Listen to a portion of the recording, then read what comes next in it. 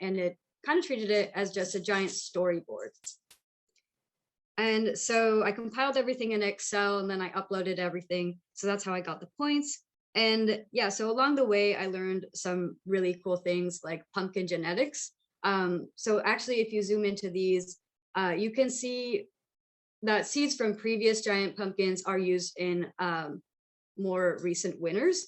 So here you can see that for the 28th giant pumpkin, number 24 and 27 giant pumpkin seeds were used in the growth of that pumpkin, which is really cool. And so now I want to know, is this statistically significant?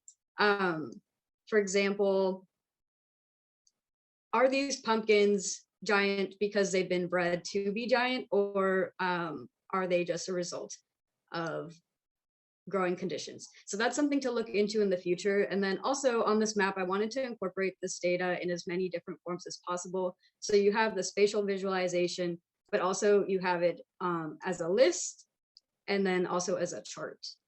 Let's see, did I miss anything? Oh, and finally, for the final effect of like kind of general spookiness, I wanted to import these transparent PNGs. I got these from the internet, but these clouds I actually made in Illustrator.